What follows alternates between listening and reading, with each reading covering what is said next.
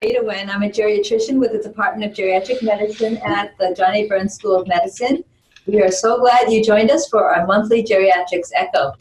If you've never joined us before, we run this series on the second Wednesday of each month from 12 to 1 as a 1-hour session with continuing credits available for nurses and doctors. And starting next month will be social workers included. After a short lecture from an expert, we will be sharing expertise from the rest of the interdisciplinary team and then open up for a time of case discussions. We invite you to share any geriatric cases. It may not even be on the topic related to today's lecture. Our interdisciplinary team is willing to teach and share our collective wisdom with you. We only ask that you keep it HIPAA compliant for the case discussion. And for those of you who present a full case, you have the opportunity to receive a $150 gift card courtesy of the Echo at the UHAHEC. And with me today, we have our interdisciplinary team. We have Mary Gada, she's a public health nurse. And we have Noreen Wong, she's out online as well, and she will also be able to answer questions. It's also part of our team. And this CME activity is sponsored by the Hawaii Consortium of Continuing Medical Education, a joint venture between Hawaii Medical Association and John A. Burns School of Medicine. So before we start, just a few logistics. Let's stay HIPAA compliant, so do not share protected health information, and we can discuss cases without identifying information. There's a mute button at the bottom left-hand corner. Make sure it is on mute, or we will hear a lot of paper rustling and extraneous noise. And please unmute yourself if you want to speak up. Everyone should find a chat button, which if you press it will bring up a chat box. If you haven't already, type your name and location and the names of all those in the room with you as our way of keeping attendance. If you're joining by phone and don't have a chat button, please just unmute yourself and introduce yourself, the name and the place you're calling from. It looks like we don't actually have people on the telephone so far. Okay. So today we have today's topic is overcoming ageism in healthcare, and our speaker today is Dr. Lucas Morgan. Say wave hi, Lucas. Okay, great. So Dr. Morgan is from Oahu originally, and he went away to UMass Boston for his Ph.D. in clinical psychology, where he studied mindfulness-based behavioral therapies for anxiety, as well as the impacts of social disadvantage on mental health. He returned home and completed his internship and postdoctoral fellowship with a nonprofit mental health clinic and training site, Iola Lahui Behavioral Health. He focuses on mental health for older adults, their families, and with elder care organizations, including geriatricians, senior homes, adult daycare centers, and local agencies on aging. He is passionate about his intersections of psychology, social justice, and culture. In his free time, he enjoys being in the mountains and the ocean and growing native Hawaiian plants.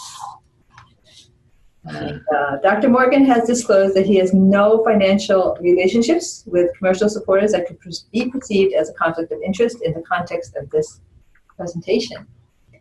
Okay, Lucas, take it away. All right. Thank you, Dr. Wen. Can you hear me okay? Yes.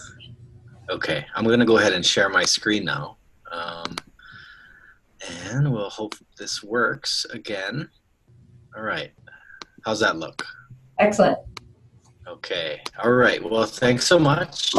Really a pleasure to be here and to be able to get on my soapbox for an hour and talk about something that's really important to me and have a captive audience. So I appreciate that.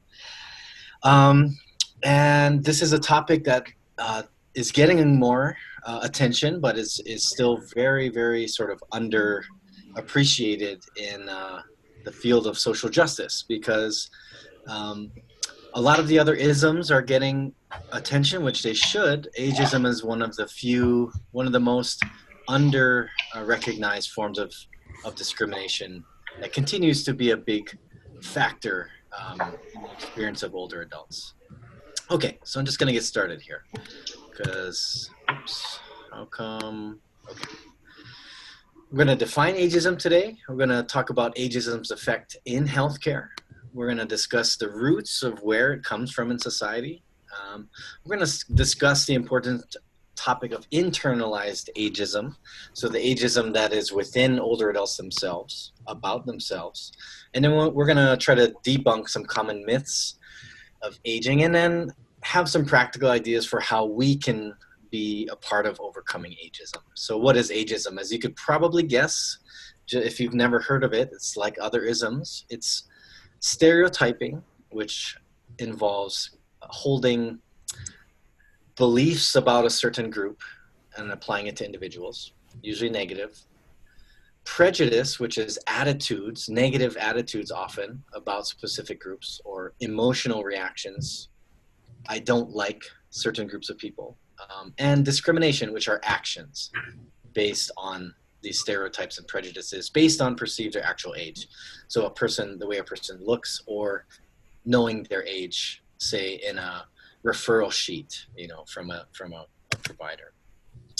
So thoughts, feelings, and actions that are based on age. Function is at many levels: institutional levels, interpersonal levels, and then within one's own self. And we're going to talk about how those are very important in their own rights.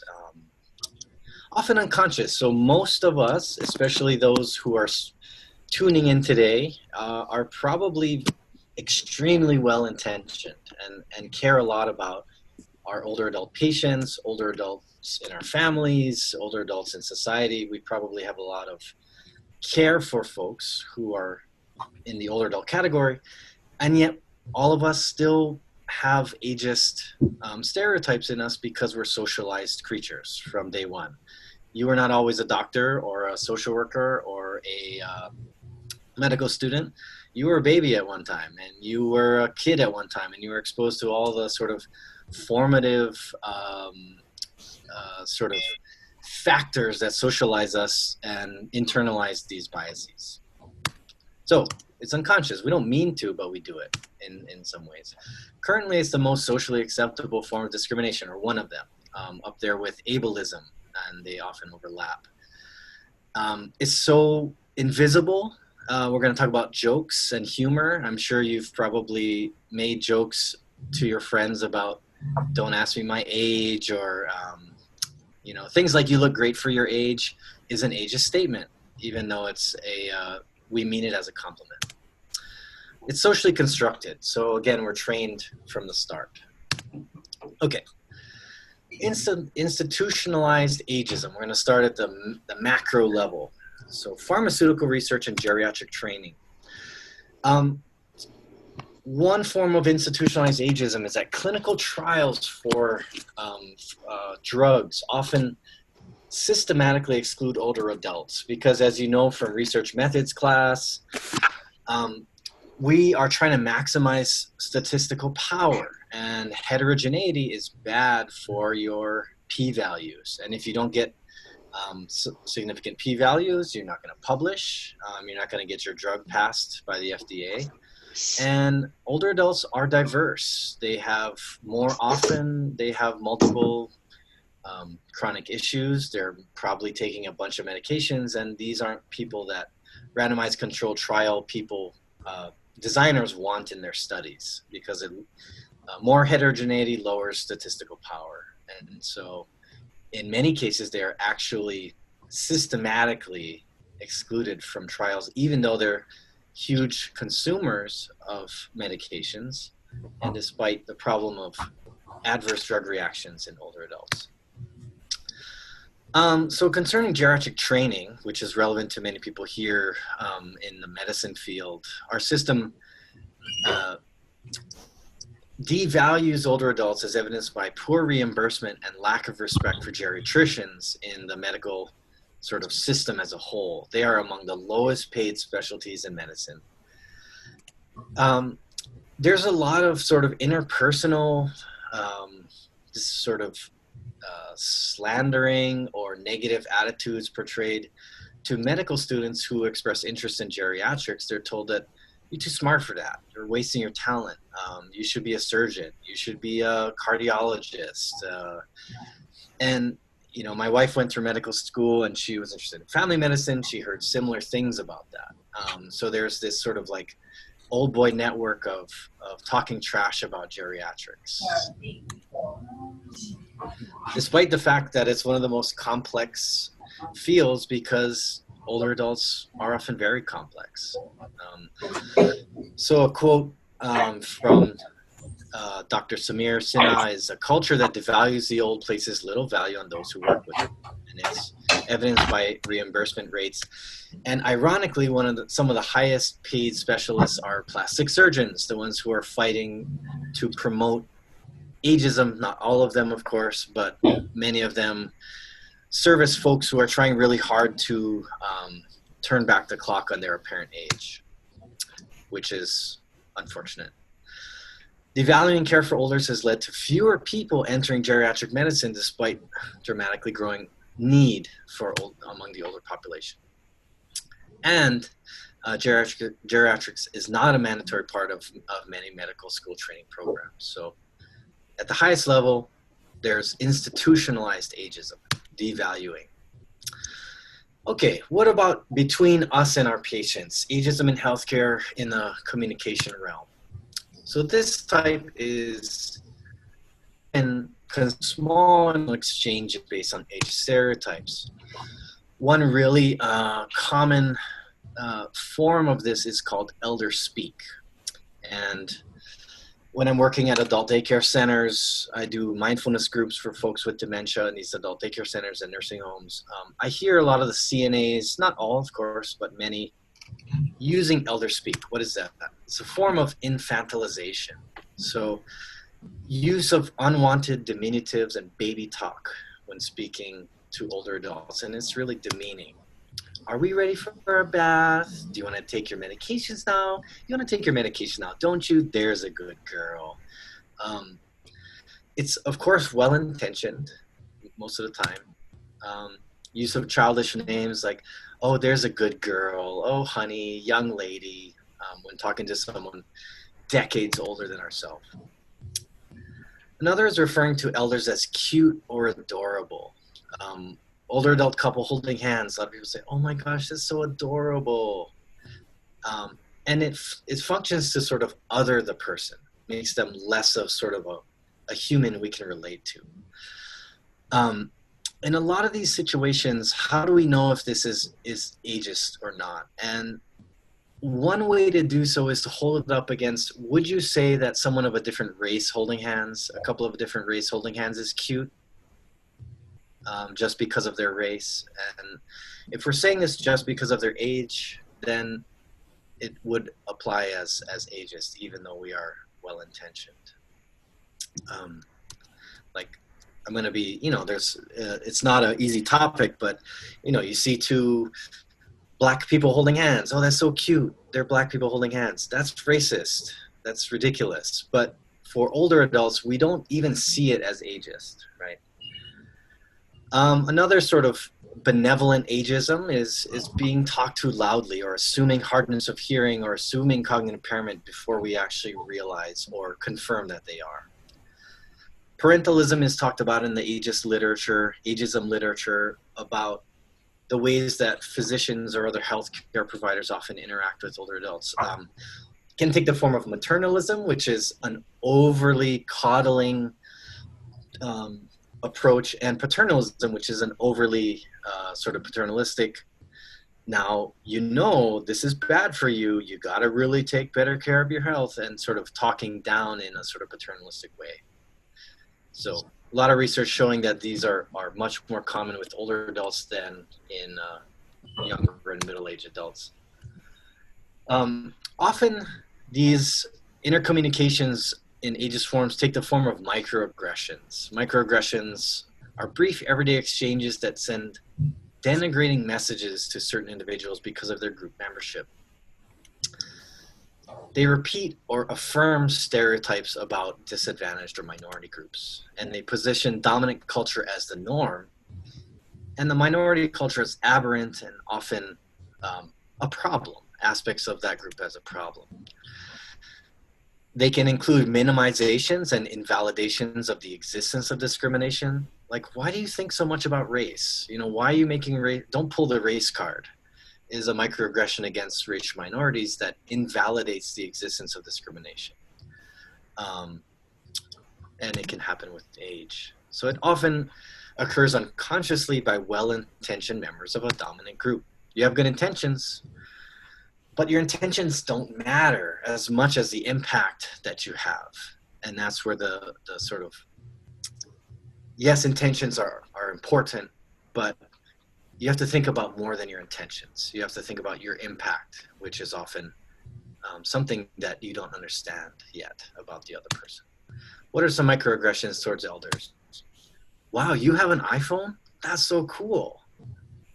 You know, that sort of implies that you're old. You shouldn't have an iPhone. You shouldn't be able to do technology. Wow, you're going to run the marathon? You listen to Pink? Oh my gosh, you're in college and you're 72. Wow, you're still working. Good for you. You have a girlfriend?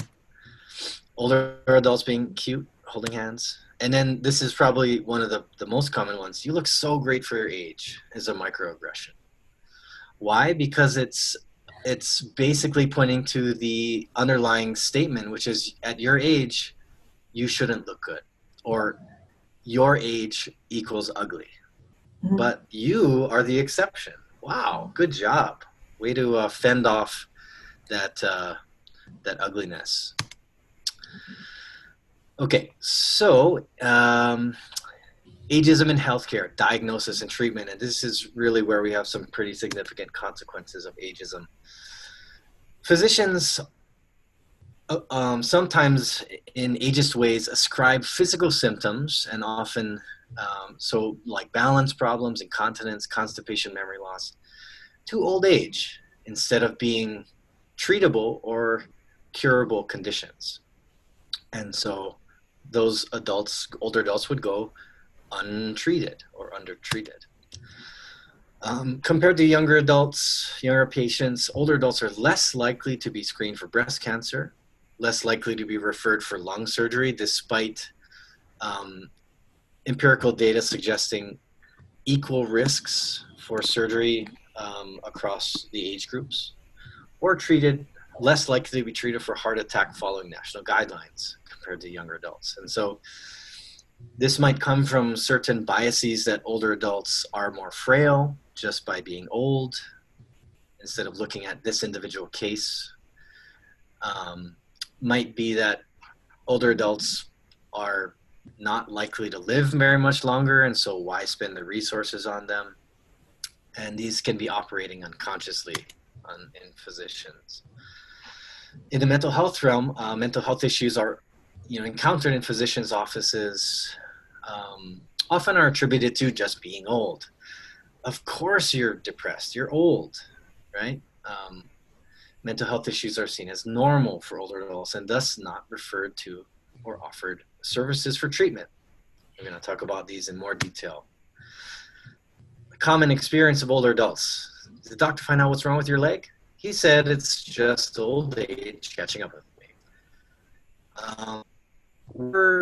Hear a patient tell me that their doctor said that their ailment was old age, I encourage that person to go back to that doctor and not really accept that diagnosis, because old age is not a disease. We're going to talk about what age is actually measuring. Okay, where does ageism come from? It comes from almost everywhere. So fairy tales and other media, where do these stereotypes come from? Especially women, but men as well. These stereotypes begin in childhood around the same times, and we see evidence of stereotypes emerging in young kids around the same time as attitudes about race and gender are forming. So that's about 4, 5, 6 kids are starting to notice differences, to see that they belong to certain categories and not others. And that's when stereotypes start applying to certain groups. Older adults are underrepresented in children's books, cartoons, other TV programs, and if they are, they're much more likely to be portrayed stereotypically when present, and often combined with combined ageist and sexist, racist portrayals. And so an important theme is that ageism never existed in a vacuum. It's always intersecting with race, sex, gender identity, sexual orientation, etc. So we see a lot of portrayals of old ladies in fairy tales as wicked witches, and you think of the Snow White. What is the wicked witch in Snow White? What's she most upset about? She's upset that Snow White is more beautiful than her, so she's trying to steal her beauty and youth. Jokes, birthday cards. Oh my, OMG, you are so old, you probably can't read this. Love from Jessica.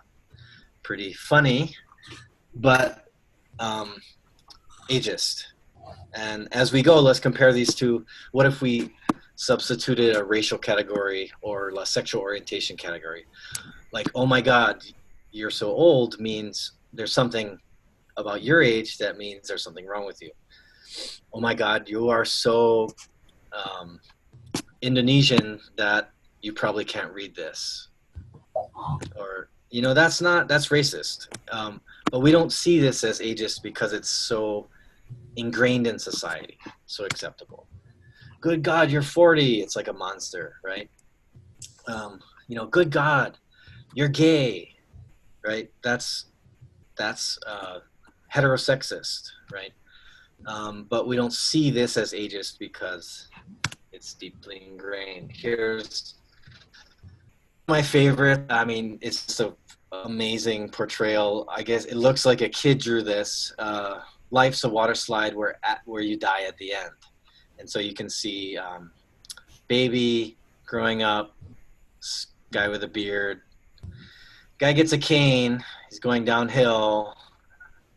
You're here, and then you're about to slide off into the sharp spikes and die. Unfortunately, these are some of the messages that kids get growing up. And as we will see, it turns into how they treat other folks, but also how they treat themselves. And that has important implications for health, as it turns out.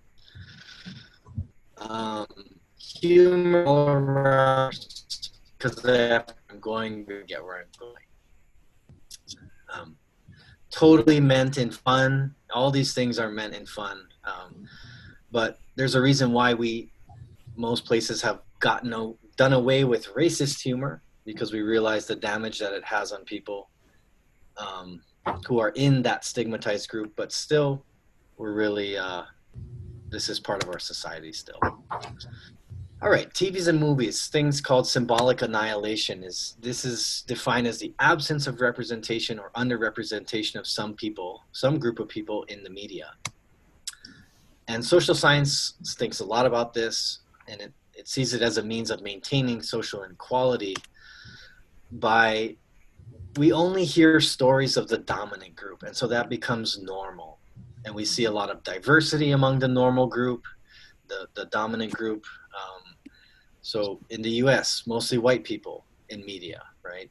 And so we see the vast variety of white people. So white people stereotype white people less because they see a lot of different white people in the media.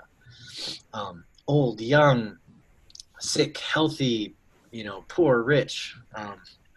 But minority groups we only see in they're symbolically annihilated, but when they are there, they are in their stereotypical ways, and that's what people internalize about them.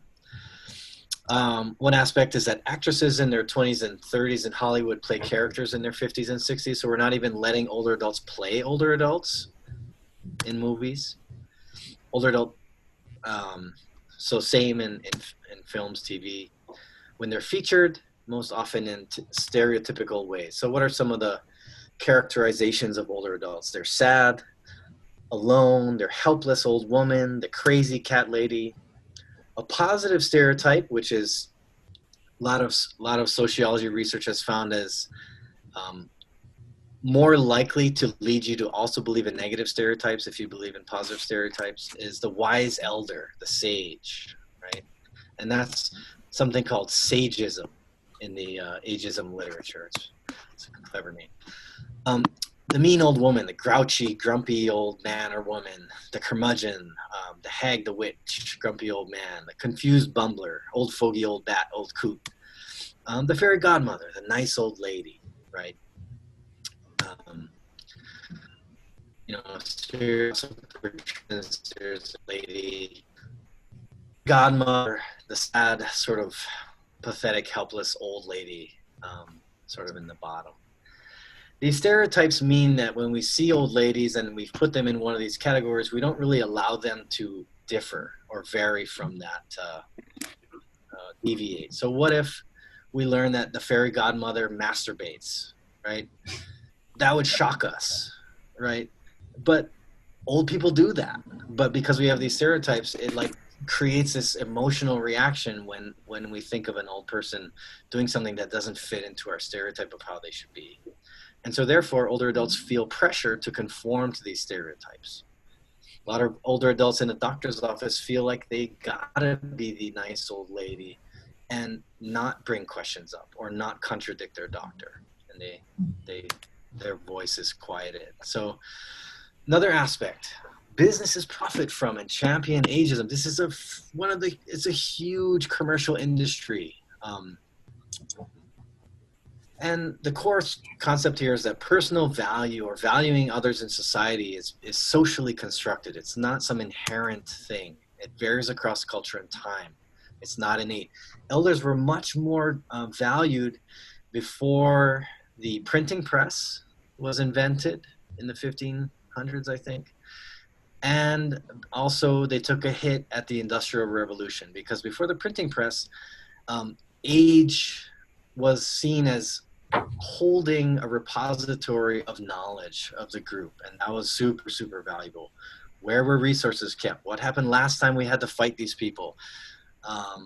What happened last time we had a blizzard this bad or a drought? What did you do to survive that? Printing press came along and we could put all that in books, and so those memory repositories weren't necessary. The Industrial Revolution sort of highlighted or changed the value of individuals to their productivity economically to society in terms of employment productivity. And so older adults, as they became less able to produce, were seen as devalued. We see that today in the sort of managed care, Medicare, quote, entitlements debate, and older adults are seen as this huge burden on the system. And it doesn't take into account a lot of the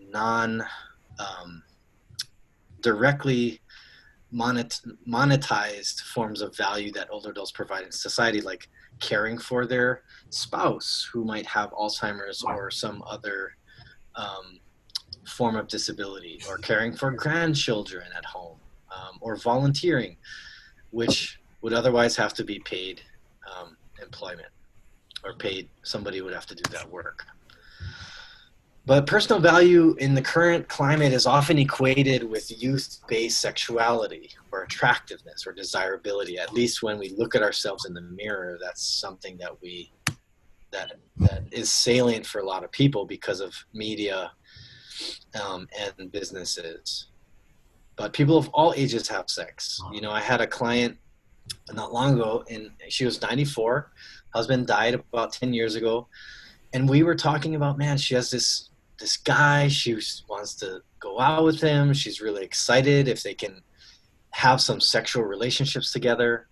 We're talking about going to Longs and getting lubricant because of vaginal dryness with older age. We're talking about, like, what might it be like if, and so she was really looking forward to the possibility of that.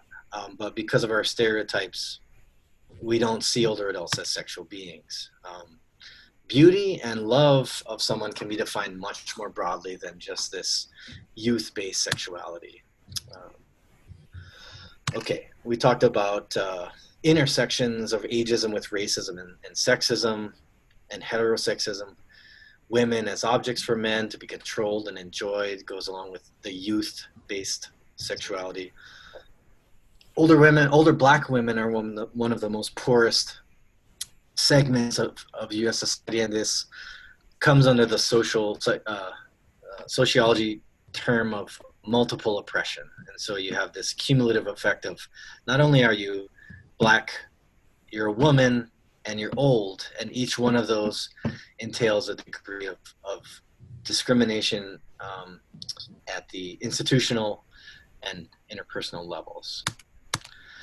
All right, so here's some advertising that fosters ageism. Seen under normal lights, and this is for like a lighting system, I think, in some National Geographic in the 80s, because look at her, she's definitely in the 80s. Under normal lights, what you see is super boring. She's old. She's really boring. You don't want to dance with her, right? But seen under these Gemini lights, wow, she's exciting. She's young, and 80s version of sexy young woman. And so the explicit value is on young versus old. Juvederm is the caption here, parentheses have a place, but not on your face, telling you that lines on your face don't belong there. You should do something about them. And then this is a super old one, so it's been with us for a while. Young as I am, I've learned I have to guard against dry, lifeless, old-looking skin. So old is equated with lifeless, and something I really, really have to guard against. Why beauty-wise girls everywhere use this soap made with olive oil and palm oils.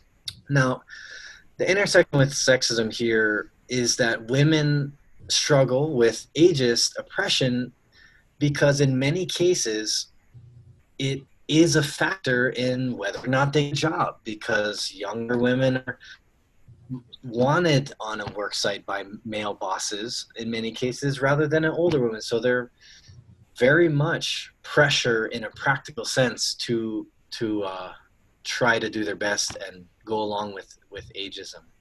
So somebody asked me that at a previous ageism workshop. She's like, yeah, easy for you to say, you're a dude, and maybe you don't have to think about getting hired as much if you look older. And I'm like, that's a great point. What I hope this kind of lecture does is that it helps relocate the problem from, it's not you're not the problem. Society and ageism is the problem, even though there are probably times you just have to go along with it to survive. And that's a really unfortunate reality for a lot of folks. So I was just curious, at one aisle in Costco, which I'm sure most of us have been to once, if not thousands of times, take the next step against aging. So aging is this thing we got to battle against. 25% more anti-aging ingredients.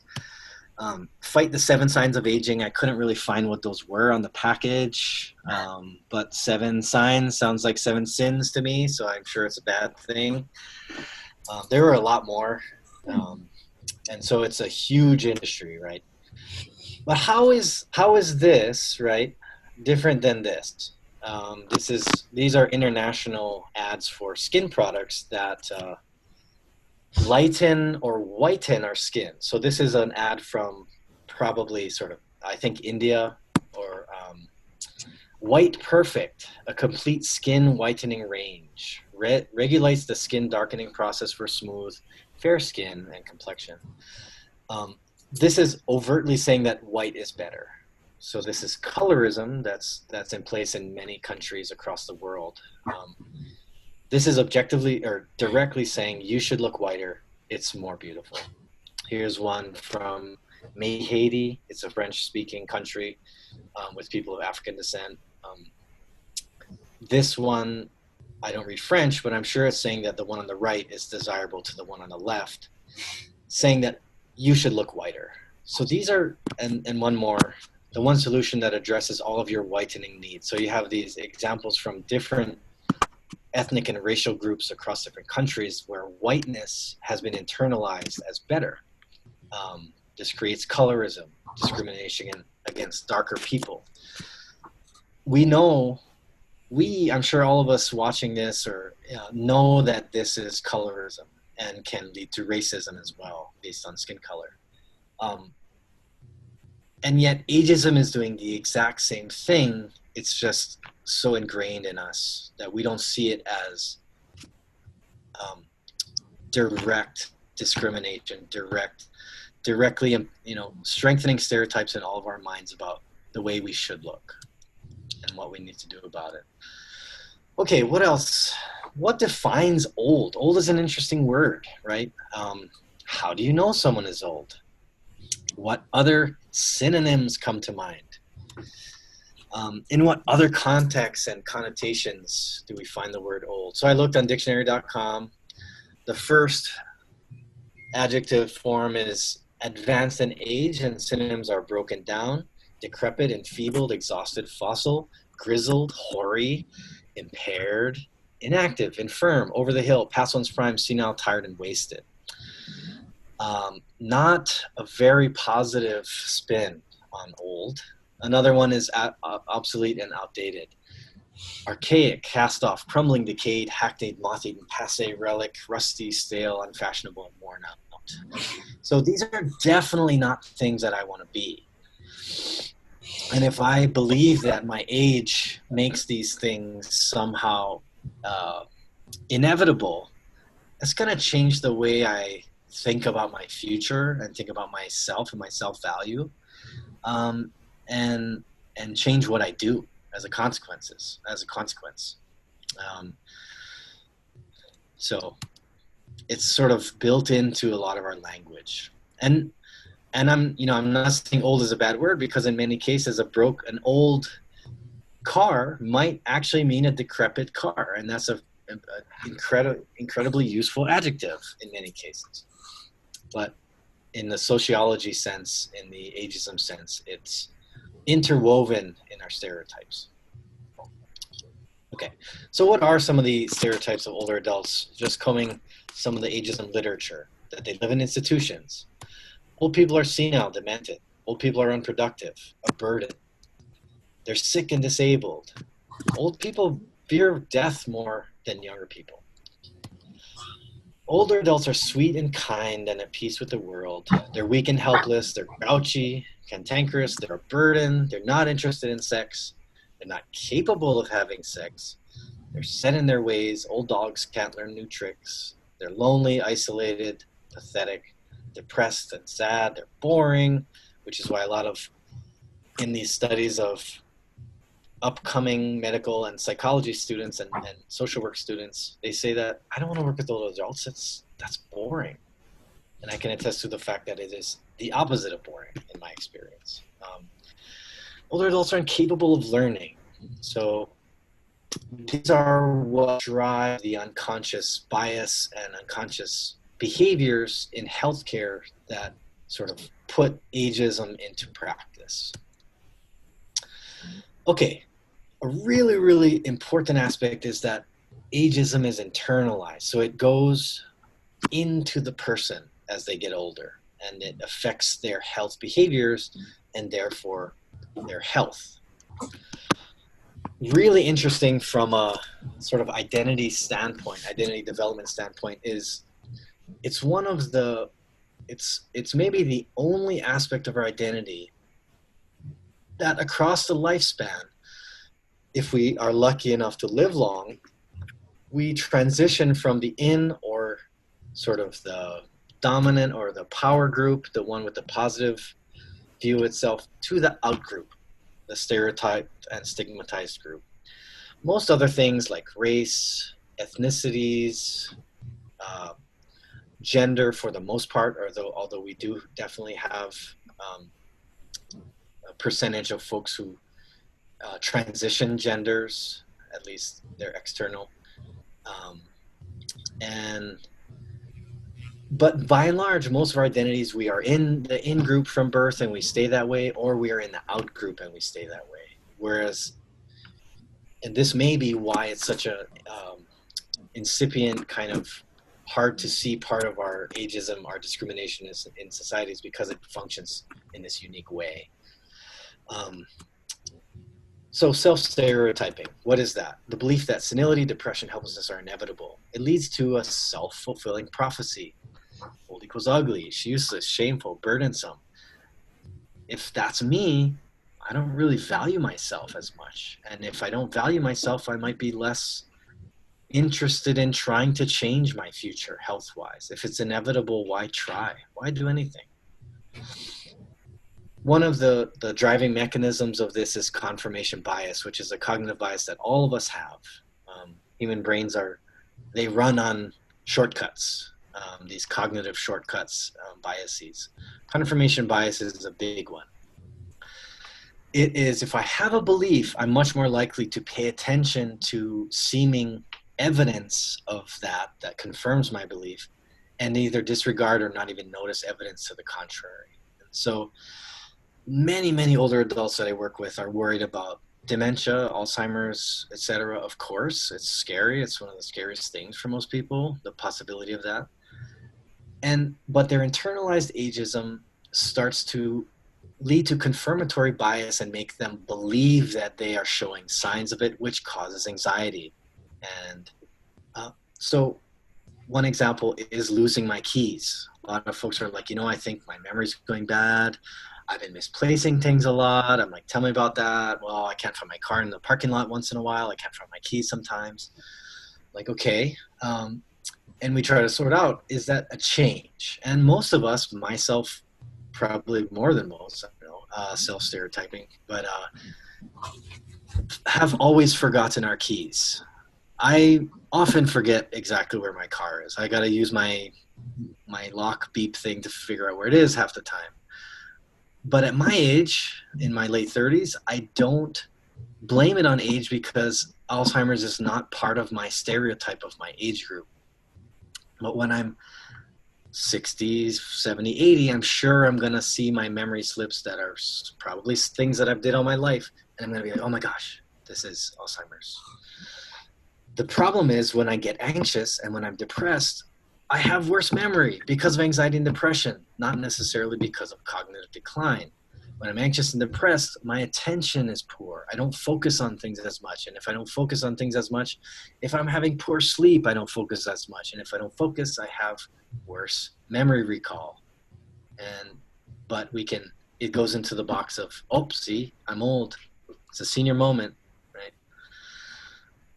So one of our jobs is to not reinforce internalized ageism in our patients, and even to combat it, to challenge it. One cool website from an author that I'll share sort of for reference at the end is yoisthisageist.com. It's a blog where people can send things in and be like, yo, is this ageist, in a sense of like, this thing happened, or I said this, or someone said this to me. What can I have some feedback on it?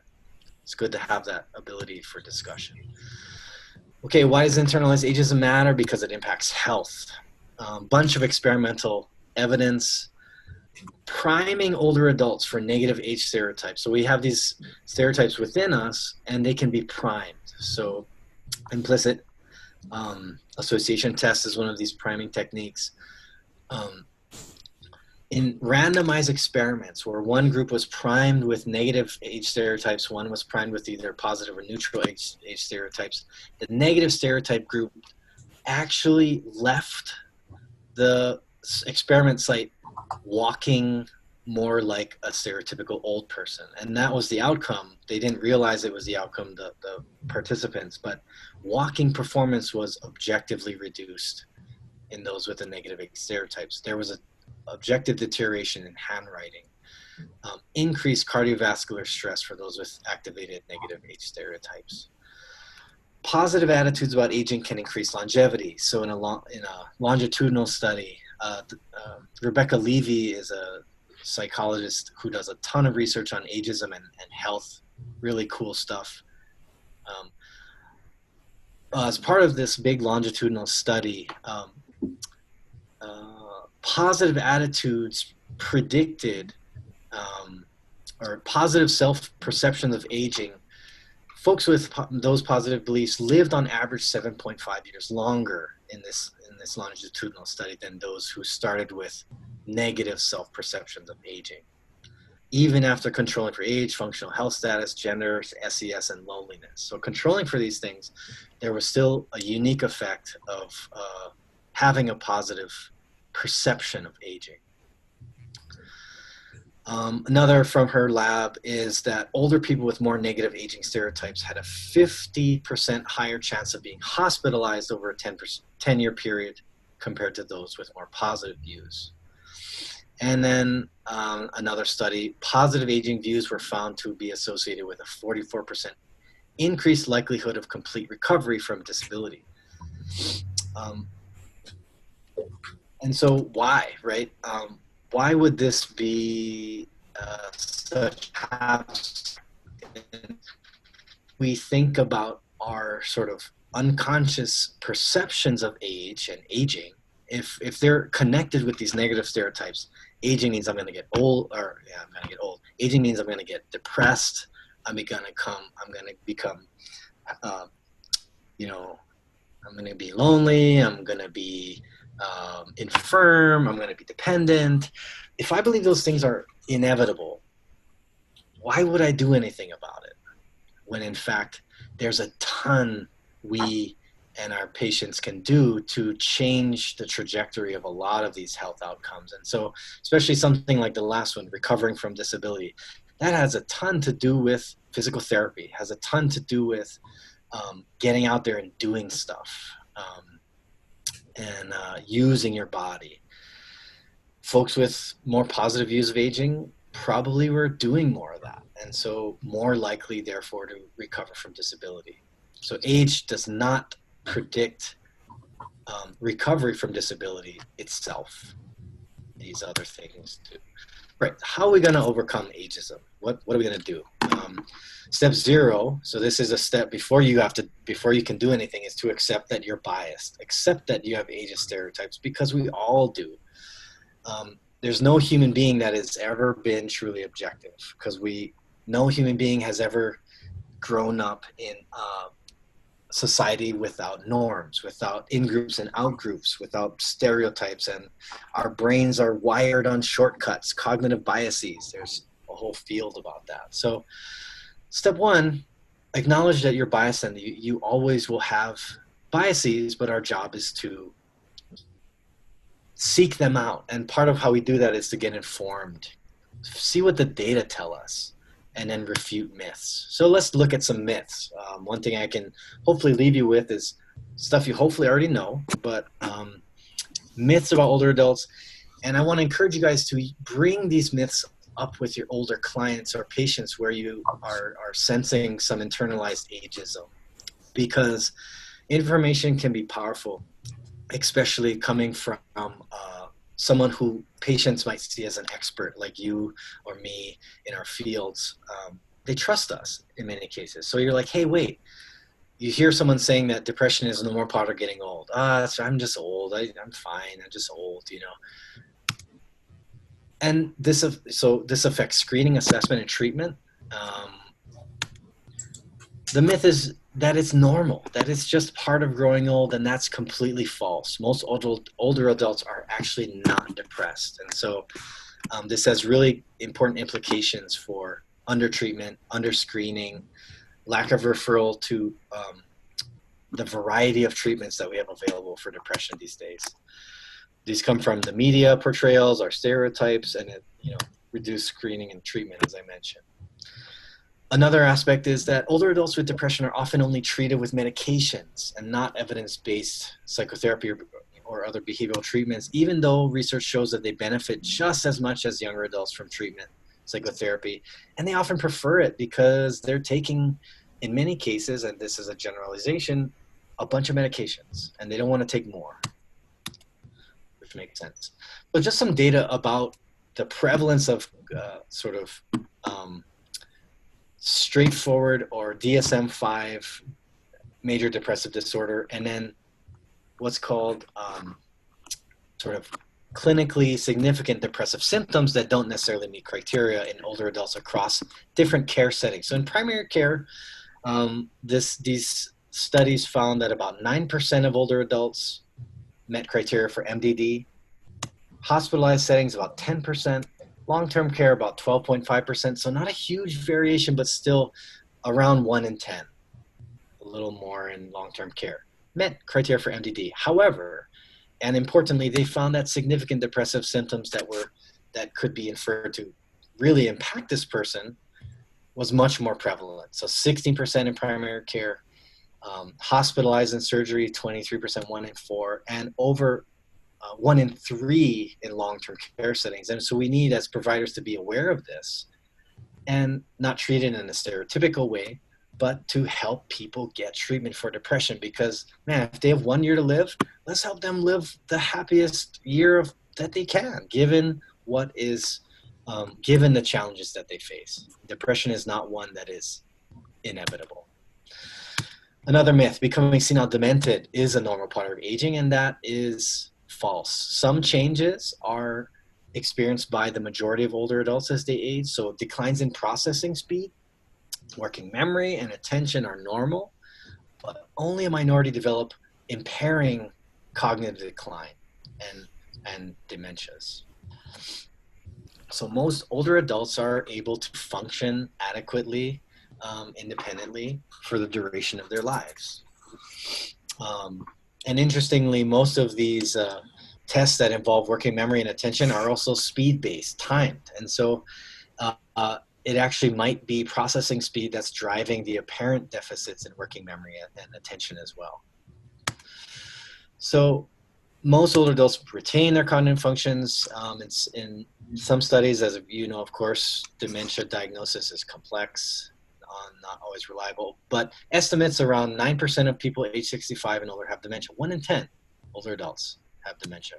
Of course, it increases over the decade cohorts to 1 in 3 people 85 plus. And so when I'm talking to older adults about their memory, it's not inevitable. There's actually more people in the highest age bracket without dementia than with.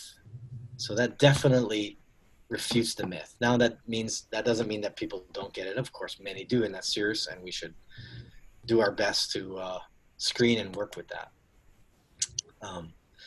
Age doesn't cause dementia. Diseases do. Age is a risk factor, just like the many other risk factors that we know of for dementia. So that's what I tell older adults. Age doesn't cause dementia, diseases do. Another myth, older adults don't benefit from psychological treatment. A lot of research is super solid that older adults without cognitive impairment do just as well as younger adults. There's no age difference in benefit from standard cognitive behavioral therapy. So not even adapted for older adults in treating anxiety and depression. Another myth, people with mild to moderate dementia can't benefit from psychological treatments. I'm a psychologist, so you can tell I think about this stuff quite a bit. They found that actually group interventions, CBT and mindfulness interventions that were adapted for folks with mild to moderate dementia did show significant benefits in pain perception, interference, emotional distress, depression, fewer physician visits. So just because a person has mild to moderate dementia, don't write them off from a whole section of potentially useful treatments. Age is a number. It really is. One myth is that older adults become more similar to each other as they age. Gerontology research shows that older adults are more diverse on measures of on a number of measures of physical, psychological, and sociological measures compared to younger adults. So you think, and so it's instead of people become more rigid as you get old, rigid young people tend to turn into rigid old people. Flexible young people tend to turn into flexible old people. But our stereotypes make us notice only the rigid ones and say, oh, yep, old dogs can't learn new tricks. But the data suggests the opposite or otherwise. So if we know someone is 75, what do we know about them? We know that they're 75. We know, actually, what do we know? We know they've been around the earth 75 times. That's what age is measuring. That's the only thing that two 75-year-olds definitely have in common, is that they've both been around the earth 75 times. And as far as I know, going around the earth 75 times doesn't cause any disease by itself, right? So operationalizing the term age leads us to that conclusion. Some researchers argue that age is such a poor predictor that it lacks utility in research other than as a sample population descriptor. So using it as a predictor, it's actually masking a bunch of other covariates or co-founding variables that actually explain what you see disease and health-wise, but we just use this proxy for age because we don't really understand. It's a risk factor for many conditions, but it's never the cause. If someone dies of old age, that's just shorthand for we don't actually know what killed them, but they were old. Okay, myth. They're not interested in having sex. That's false. I'm just going to go through this quickly because I know our time is running out.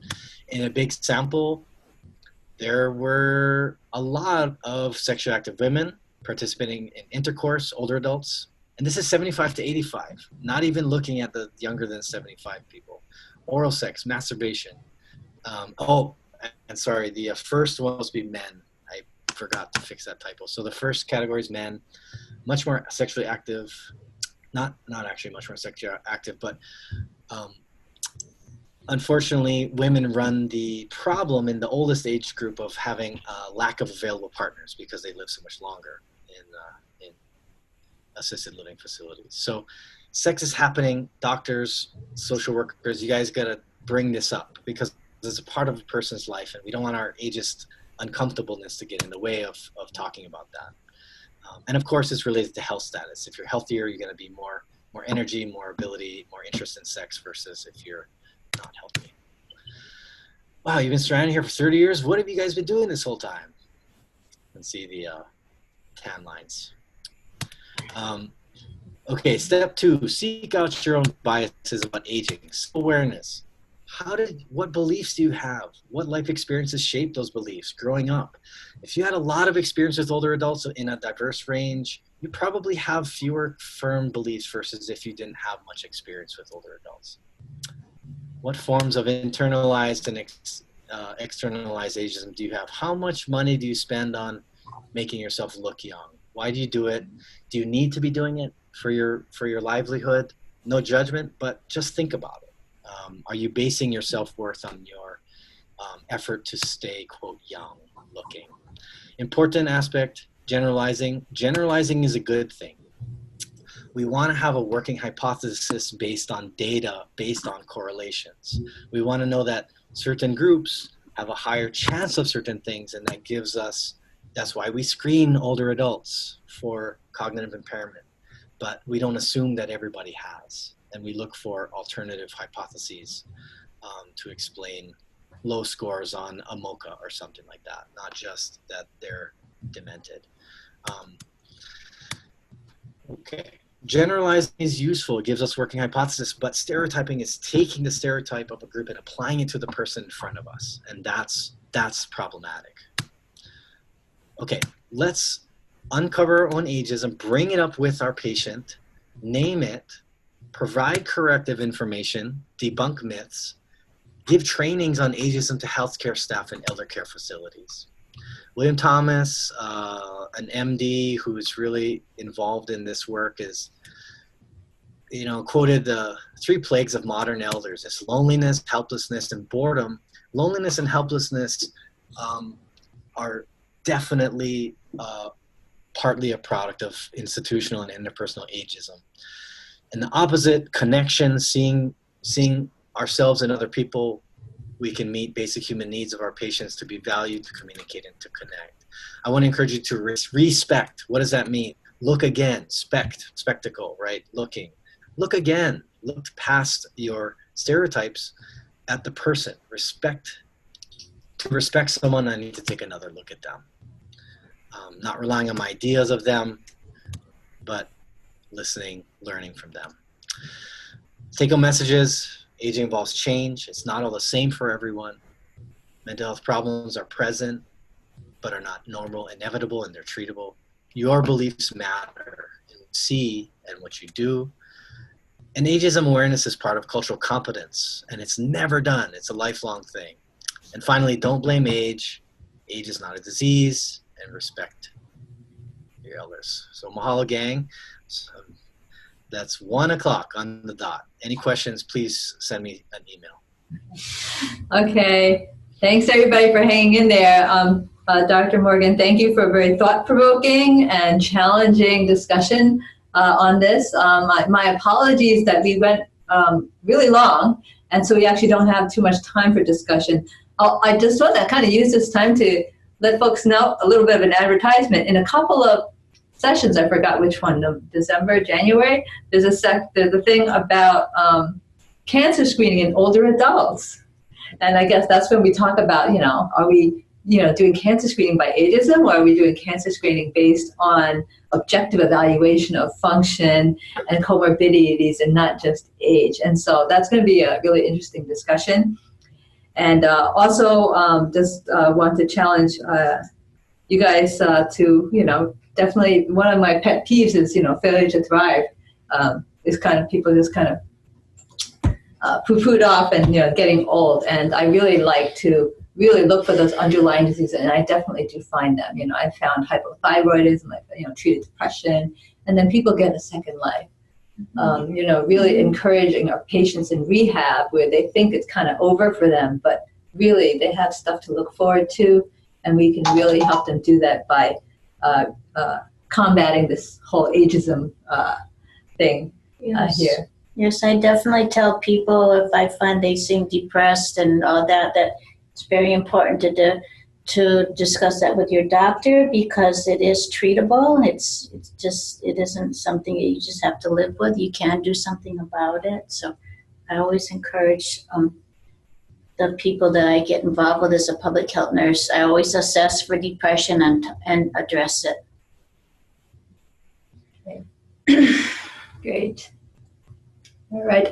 Before we go, I need to, before we run out of time, right? In order to get CME credits, please go to our webpage. It's actually when you registered, there's a webpage link that you can go to, complete the online evaluation, and indicate the type of continuing education you would like. The comments are very important to the planning committee, and we will use it to plan future programs. And so thank you very much. And next topic actually will be dysphagia in older adults, and I will be presenting that. However, I want to highlight that although we usually have this on the second Wednesday of every month, I will be out of town next month. So it will be the third Wednesday. So next month is different. We're going to be meeting November 20th, I believe, right? Is that the case? That'd be the third Wednesday. Yeah, that's right. That's the 20th, and it's from 12 to 1, and I look forward to seeing you there. I promise I'll leave more time for case discussions. So make sure you sorry about that. No. All right. And so, yeah, actually, if you have questions and you want to discuss about stuff from today, next month, we can do that too. We're not going to, constrain it. Okay. Thank you. Thanks, everyone. Thank you. Okay. Thank you, everyone. Bye. Bye.